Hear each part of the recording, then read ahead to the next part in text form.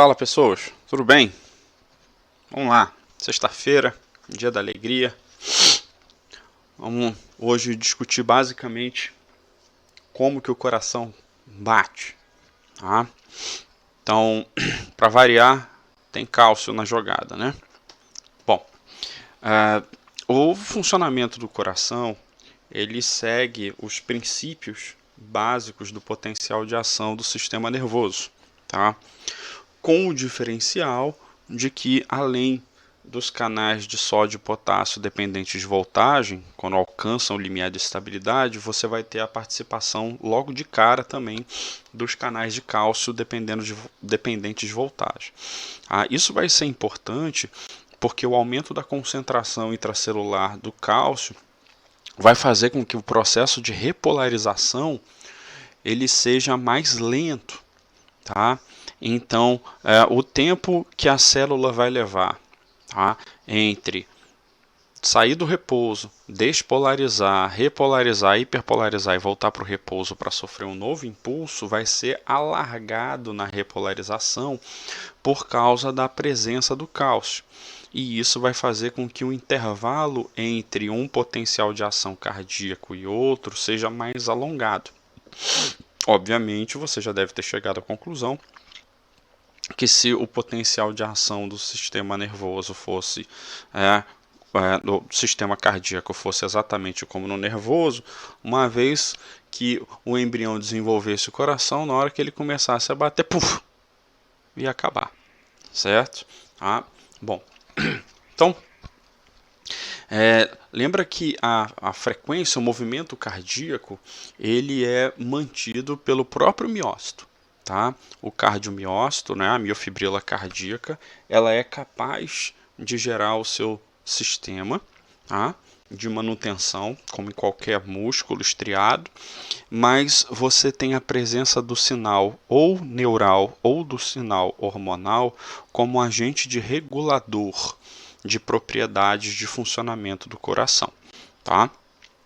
Bom, daí a importância de você ter os sistemas marca-passo, que são os sistemas disparadores. A gente vai ter o de entrada, que é o chamado nódulo ou nó sinoatrial, tá? E você vai ter o nódulo atrioventricular, certo? Daqui a pouquinho eu vou mostrar as posições. Bom, então vamos entender como é que funciona. Aqui no gráfico de baixo você tem o gráfico de condutância, né, dos íons. Né? Obviamente a condutância dos íons vai depender dessa célula alcançar o limiar de estabilidade, com que vai fazer com que esses canais se abram. Tá? Esse limiar de estabilidade ele vai ser alcançado por algo que induz a excitação, um hormônio, um neurotransmissor. Tá? Então a sua célula em repouso, tá? Ela vai ser eletronegativa, como a gente já sabe. Tá? Lembra que é sempre bom rever o entendimento disso. Vou colocar no final dessa aula os cards lá para você lembrar do potencial de repouso e também do potencial de ação. Então, na hora em que a célula alcança o limiar de excitabilidade, lembra, o limiar de excitabilidade vai induzir a abertura dos canais aqui de sódio, potássio e cálcio. O canal de sódio é o canal rápido. O canal de cálcio, ele abre rápido, mas ele fecha lento. E o canal de potássio, ele segue o padrão dele. Abre lento e fecha muito lento. Então, repetindo. O canal de sódio é o canal rápido, abre e fecha muito rápido. Então, isso garante um influxo muito rápido de cargas positivas dentro da célula. O canal de cálcio ele abre rápido, mas ele fecha lentamente. E o canal de potássio segue a lerdeza, abre muito lentamente e fecha muito lentamente. Ou seja, no momento imediato inicial, você vai ter uma despolarização muito rápida. Tá? Mais rápida, inclusive, do que no sistema nervoso. Porque como eu tenho um influxo rápido de sódio e o cálcio é bivalente, eu tenho a entrada de 3. Né? 1 do sódio e 2 do cálcio. Entra muito rápido, então eu tenho uma despolarização muito rápida. Tá? Bom, aí o que vai acontecer? Como o canal de sódio ele fecha rápido, não só fecha como ele bloqueia, né? E o canal de cálcio ele vai fechando lentamente enquanto o canal de potássio está terminando de abrir, eu reduzo o influxo de acesso de cargas positivas e começo o efluxo de cargas negativas. Tá? Isso vai fazer com que a gente tenha o chamado efeito de platô. Esse efeito de platô ele é importante porque é ele que vai retardar a repolarização e, consequentemente, vai fazer com que a frequência cardíaca ela seja mais alongada, que ela dure mais tempo. Tá? Depois com que o canal de cálcio ele praticamente se fecha, tá? E os canais de potássio estão terminando, né, de abrir e vão começar lentamente a fechar, é que você entra no processo de repolarização. Tá? Então você vai ter a saída contínua de íon potássio, fazendo a célula perder carga positiva e começar a continuar a repolarizando, enquanto que as concentrações de cálcio vão sendo diminuídas porque não entra mais, e a gente vai ver daqui a pouco, relembrar na verdade alguns sistemas que vão fazer com que o cálcio seja eliminado de dentro da célula. Tá? A tua célula repolariza, tá? Passa do ponto, né? Porque eu vou ter os períodos refratários aqui, relativo e absoluto. E depois eu vou voltar para o repouso, tá? Através do que a gente chama de despolarização gradual, tá? Que é uma pequena abertura dos canais de sódio, tá? Com fechamento dos canais de potássio. E isso vai fazer com que a célula volte ao seu potencial de membrana, onde ela já está apta a sofrer um novo potencial de ação, caso o limiar de excitabilidade seja alcançado. Tá? Então você percebe que um impulso ele leva, obviamente o sujeito aqui está no repouso, algo próximo de 0,8 segundo, certo? Daí a gente chega naquela média de frequência cardíaca de em torno de 70 a 75 batimentos por minuto. Bom, quando você tem a contração, tá? A contração ela vai ocorrer em decorrência do batimento cardíaco estimulado pelo sinal recebido, certo? Então a célula vai alcançar o limiar de excitabilidade dela e isso vai fazer com que dispare um impulso e esse impulso propaga por dentro das fibras cardíacas e vai induzir a onda de contração, tá? Bom, numa contração natural, o que você vai ter é que depois que os canais de sódio fecham, de novo, é igual no sistema nervoso, ele não só fecha, como inicialmente ele fica bloqueado, impedindo uma sobreposição de potencial de ação. Então a célula ela vai entrar no período refratário, e esse período refratário absoluto ele vai impedir a ocorrência de um novo potencial de ação, certo? Depois com que o canal de sódio ele fecha, tá? Deixa de estar bloqueado, essa célula está repolarizada, hiperpolarizada, então ela pode sofrer um novo potencial de ação. Só que lembra, ela está mais distante do limiar de estabilidade. Para isso você precisa de um estímulo mais potente, tá? Porque ela nessa fase vai estar no período refratário relativo. Então o que acontece? Se você tiver um mesmo estímulo igual ao primeiro, que alcance o limiar de excitabilidade, como a célula não voltou plenamente ao repouso, essa próxima contração ela vai ser uma contração precoce. Lembra, no período refratário relativo, tá? Não no absoluto, que é impossível. Isso vai fazer com que a força da contração seja menor. Geralmente, isso é o que acontece quando pessoas fazem esforços e são sedentárias, ou são pessoas que até têm alguma atividade física, mas fazem algo com uma intensidade maior do que o corpo suporta. Então, o que vai acontecendo? Os disparos de sinalização vão fazer sempre com que haja um potencial de ação sobrepondo no período refratário relativo do outro. Então, consequentemente, ao longo do tempo, a força de contração vai só diminuindo. Lembra, se a força de contração for menor, a capacidade de ejeção de volume vai ser menor e, consequentemente, o débito cardíaco vai ser menor.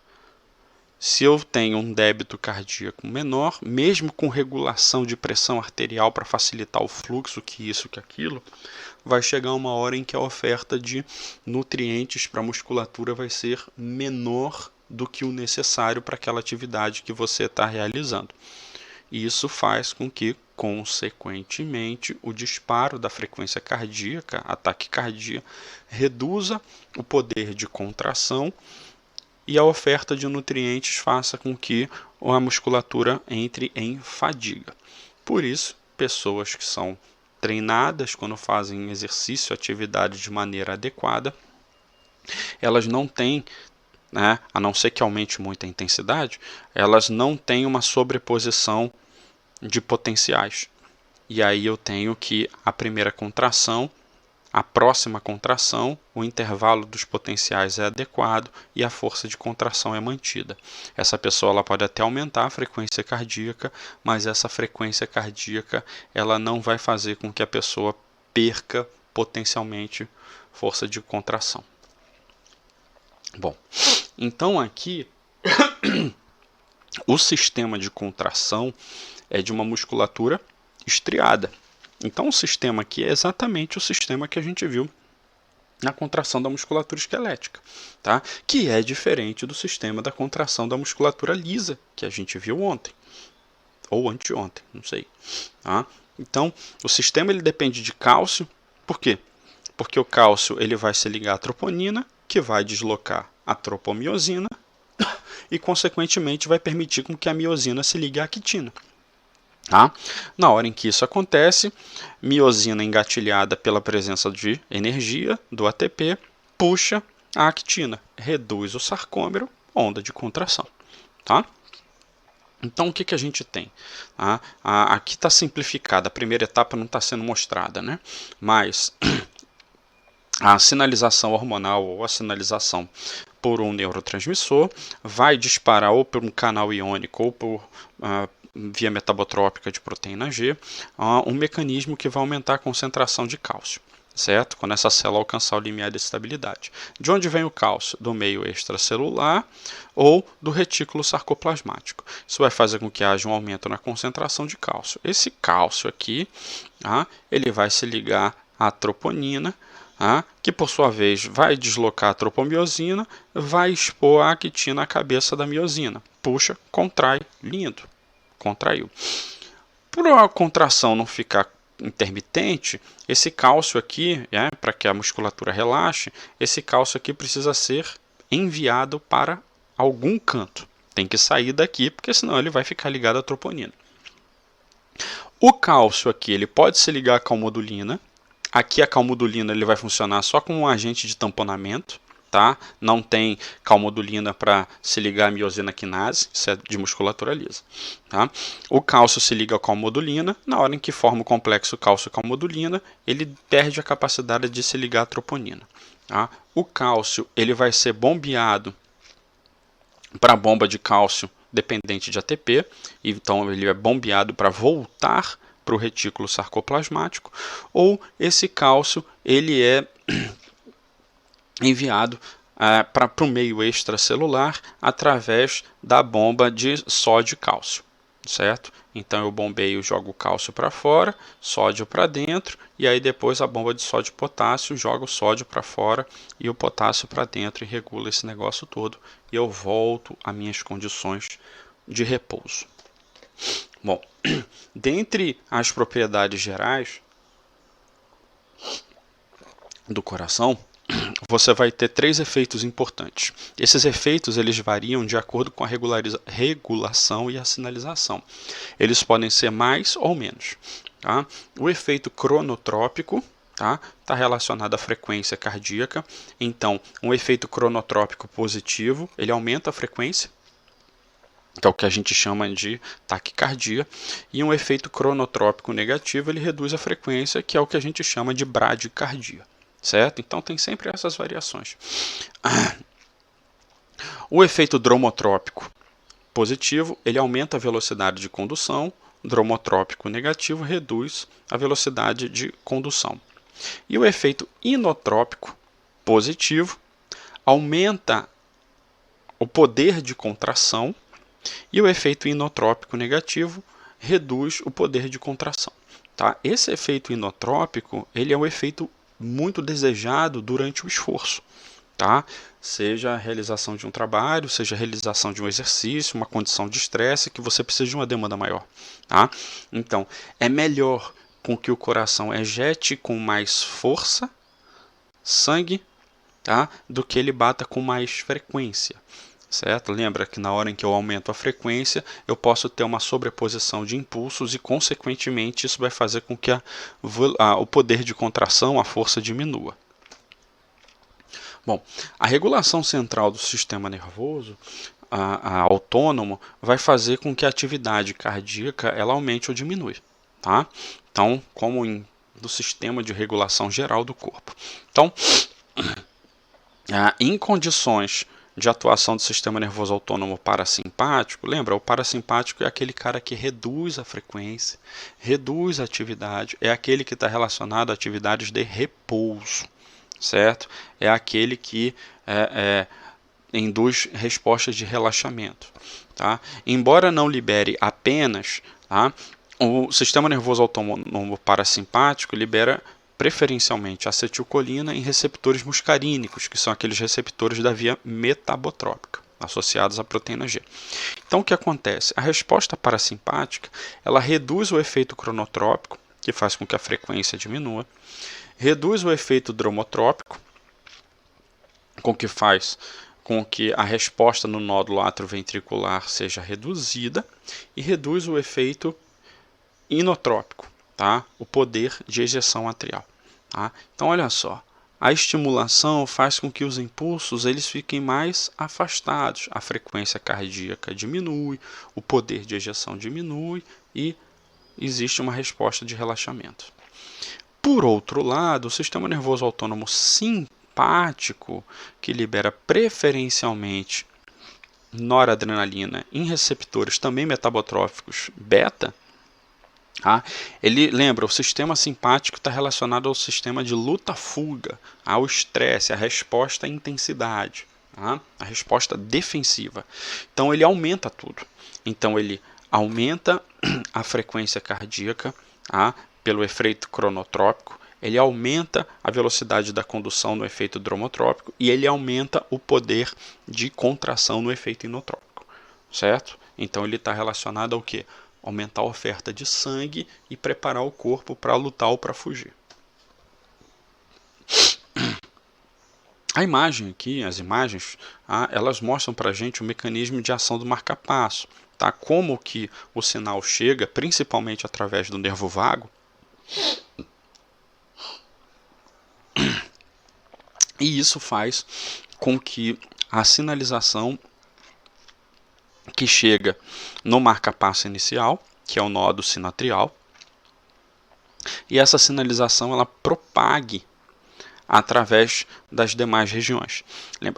Na hora em que a informação ela chega no nódo sinatrial, essa sinalização ela chega na porção superior do coração para que aquela primeira porção aqui ela seja responsável pela contração inicial. Então, os átrios estão aqui representados em vermelho, eles vão ser os primeiros agentes a receberem a sinalização e eles vão contrair primeiro, tá? Depois a informação ela vai propagar para uma diferença temporal para o nódo atrioventricular, que é aquele que vai propagar a informação pelas chamadas feixe atrioventricular das fibras de Purkinje para alguns autores e vai ramificar para o ramo direito e o ramo esquerdo dos ventrículos. Se você olhar a imagem do lado aqui, você vai ver que existe uma diferença de números aqui. Isso aqui é uma diferença temporal. Então, na hora em que um sinal chega e estimula a contração nos átrios, eu tenho um retardo de diferença de tempo em relação aos ventrículos. Então, na hora em que o ventrículo for contrair, os átrios já contraíram e já estão em estado de relaxamento. E aí você lembra daquela diferença que você já conhece, eu mencionei também, que primeiro, quando os átrios contraem, os ventrículos eles têm que estar relaxados. Quando há contração, você tem sístole. Quando tem relaxamento, você tem diástole. Então, essa diferença de sinalização de chegada, ela também é uma orientação de momentos diferentes de onda de contração. Então eu contraio primeiro quando o sinal chega pelos átrios, enquanto isso os ventrículos vão estar relaxados. E aí você lembra que na hora em que os átrios contraem, eles ejetam sangue para os ventrículos. E aí, isso vai encher o ventrículo. Na hora em que os ventrículos estiverem efetivamente cheios, eu vou fazer com que ele sofra contração. E aí, na hora em que eu contraio o ventrículo, o átrio já está relaxado, certo? E aí eu vou mantendo o fluxo, tá? Então, a mecânica cardíaca, vou tomar uma água aqui, ela segue essa sequência, tá? Então, lembra, sístole significa contração. Contração de quê? Ou é do átrio ou é do ventrículo.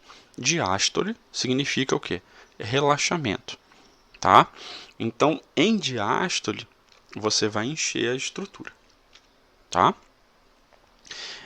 Em sístole, você vai ejetar esse volume. Então, se você tem enchimento diastólico, considerando o ventrículo, tá? Então você vai ter um enchimento do ventrículo e isso vai fazer com que você tenha um volume diastólico, certo?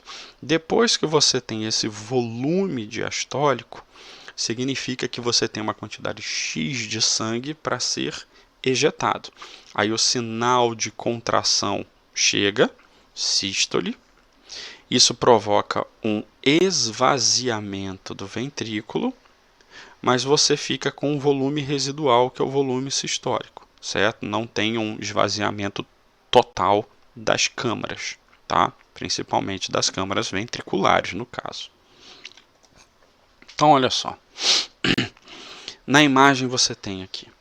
Na hora em que eu tenho a sístole dos átrios, tá?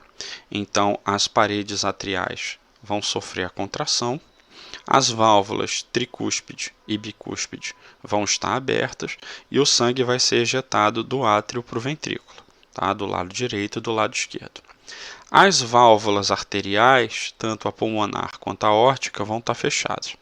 Então, enquanto eu estou em sístole atrial, eu estou em diástole ventricular. E isso começa o processo de enchimento ventricular. Conforme os ventrículos eles se enchem, de acordo com a quantidade de volume recebido, a parede ventricular ela vai sofrer um estado de compressão, tá? Vou falar um pouquinho mais sobre isso, porque isso vai aumentar a tensão elástica de contração. Bom, a próxima etapa é a etapa de sístole ventricular. Quando eu tenho sístole ventricular, eu vou ter que abro as válvulas arteriais, então a válvula pulmonar e a válvula aórtica, fecho as válvulas atrioventriculares, tricúspide e bicúspide, e começo a onda de contração. Na hora em que eu tenho essa onda de contração, eu vou ejetar volume ventricular porque eu estou em sístole, e consequentemente o efeito de impulso, de empurrada, vai fazer com que flua sangue para fora do ventrículo e, como o sistema é fechado, entra sangue nos átrios, porque o átrio está em diástole. Depois que eu tenho esse evento, eu tenho o enchimento dos átrios em consequência, o esvaziamento dos ventrículos. E aí eu vou ter o enchimento diastólico dos átrios, que vão se preparar para começar a onda de sístole. Como que começa a onda de sístole?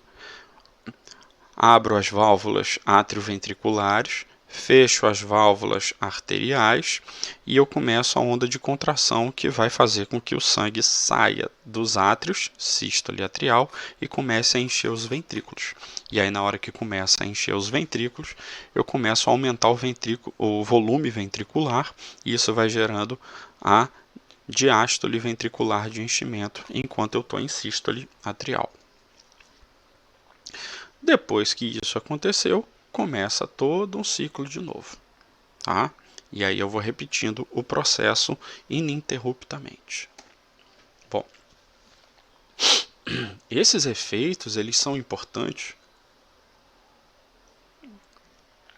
porque eles vão contribuir diretamente para o entendimento de como o desempenho do coração ele pode aumentar ou diminuir de acordo com condições normais ou condições patológicas.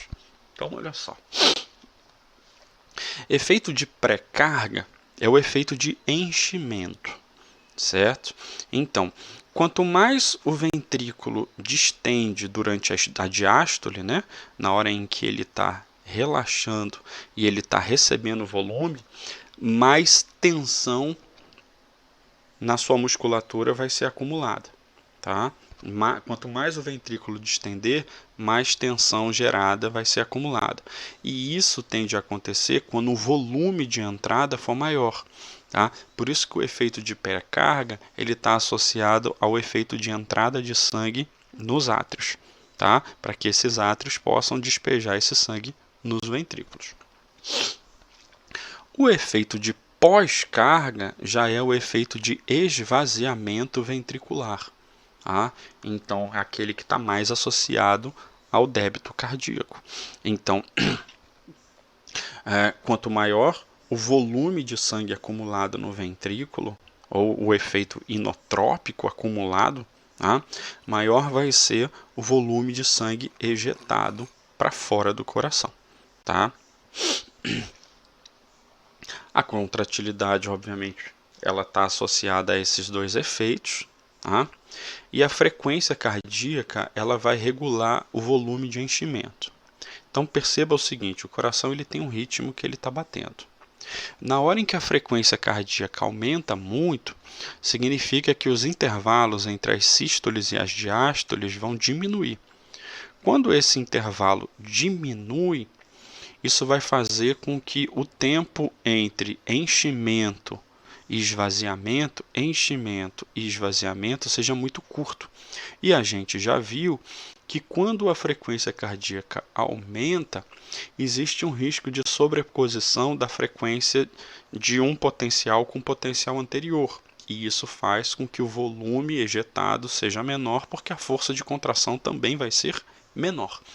Ou seja, quanto maior a frequência cardíaca ao longo do intervalo de tempo, a tendência é que a sua capacidade de ejeção de sangue seja menor, com que o volume de enchimento seja menor.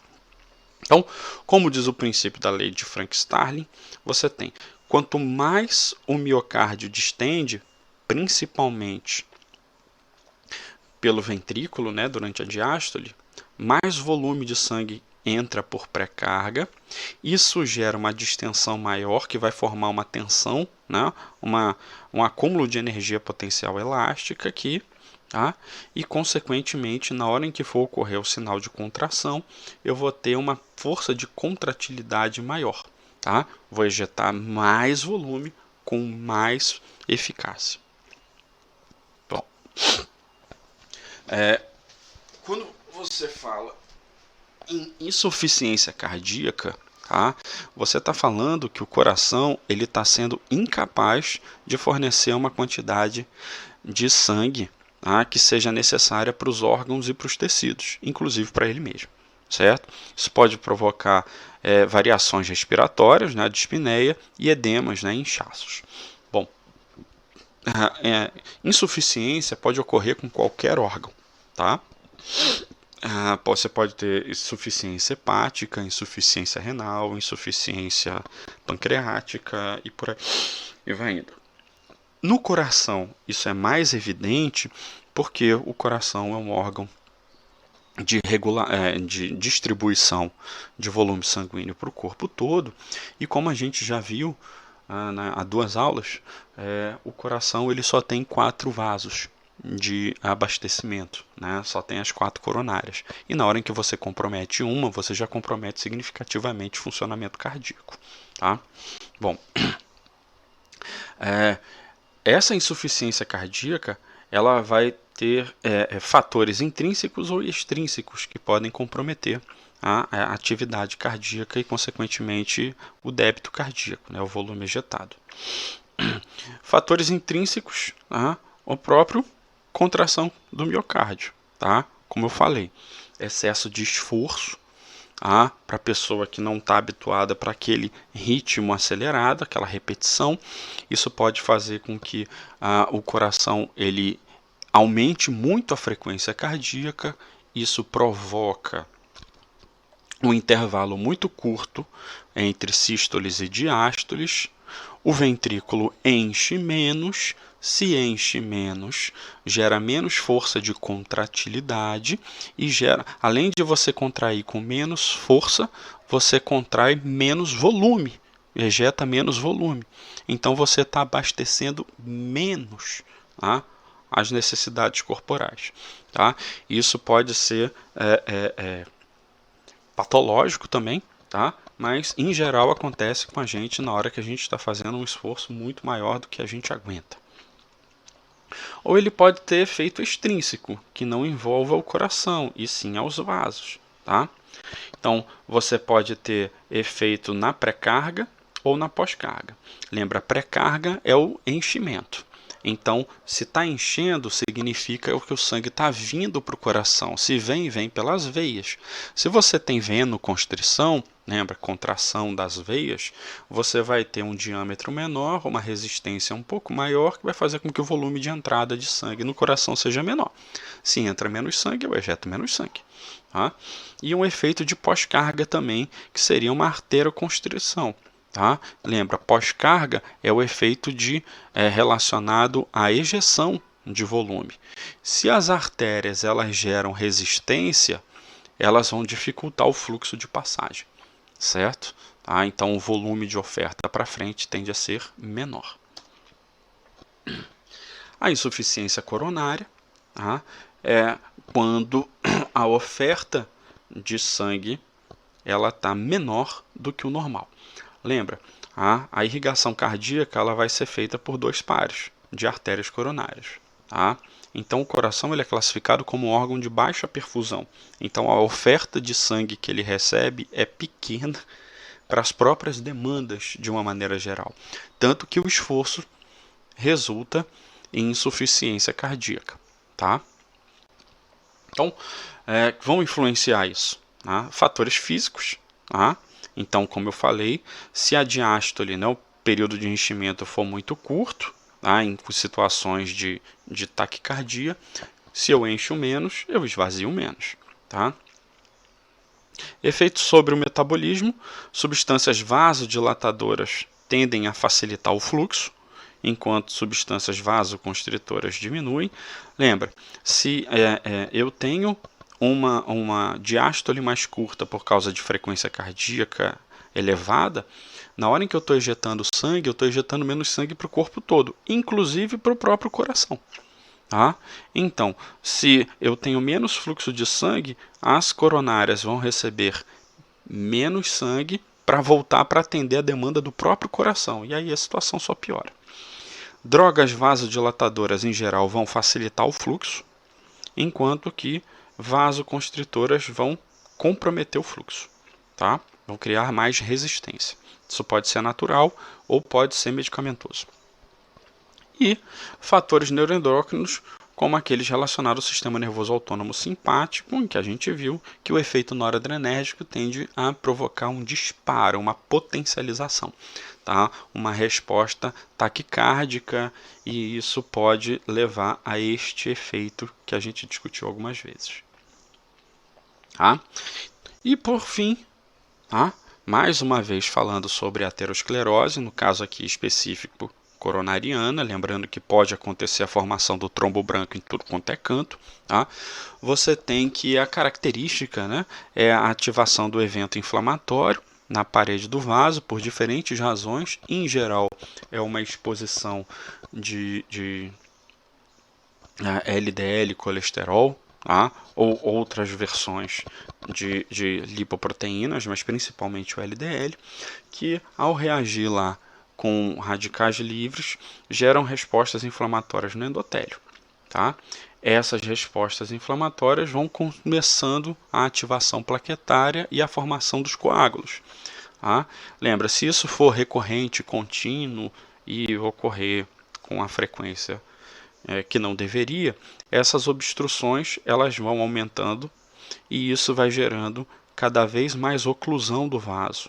Se esse vaso for uma coronária, você vai comprometer o abastecimento do coração, tá? E aí, lembra, isso pode acontecer em qualquer vaso, tá? Isso está acontecendo em qualquer vaso, principalmente se você gosta daquela gordurinha da carne, se você gosta do bacon, do chocolate, do sorvete, né? Dessas coisas que são gostosas pra caramba, mas que não devem ser ingeridas de forma abusiva. Então, tudo isso gera uma oclusão, tá? A longo, médio, longo prazo, tá? Ou não tão longo prazo, né? Depende do seu hábito. E essa oclusão reduz o fluxo. Reduzindo o fluxo, na hora em que o sujeito fizer um esforço, a tendência é a angina de peito, a famosa dor na região, por efeito de ativação do dermato, tá? Em que você tem a dor isquêmica. Significa que a perfusão de sangue que está chegando no coração está sendo menor do que a demanda necessária. Tá? Isso gera dor, consequência de sinalização de desconforto. Em casos mais graves, quando essa oclusão ela compromete um fluxo com uma quantidade que vai fazer com que a quantidade de sangue que chega ao coração seja menor do que o necessário, esse coração ele vai sofrer um infarto, tá? Que é uma falência que ela pode ser temporal ou permanente de funcionamento, porque simplesmente não recebe nutrientes nem oxigênio para realizar o seu trabalho muscular. Bom, então essa foi a nossa discussão hoje, tá? Verdadeiramente, quando eu falo sobre esse assunto, eu espero que as pessoas elas percebam, não é a mesma coisa online do que ao vivo, mas que elas percebam os riscos que isso acontece. Não acontece só em idoso, não acontece só em pessoas que são obesas ou que têm 1 milhão de predisposições. Tá? Esses comprometimentos eles realmente podem acontecer com qualquer pessoa se ela fizer uso abusivo de sedentarismo e de alimentação desregulada. Tá bom? Então tenha cuidado, pense, estude, reflita, assiste de novo às aulas para lembrar a questão que envolve os potenciais de repouso e ação. E se tiver dúvida, deixa aí. Tá bom? Um abraço, até a próxima.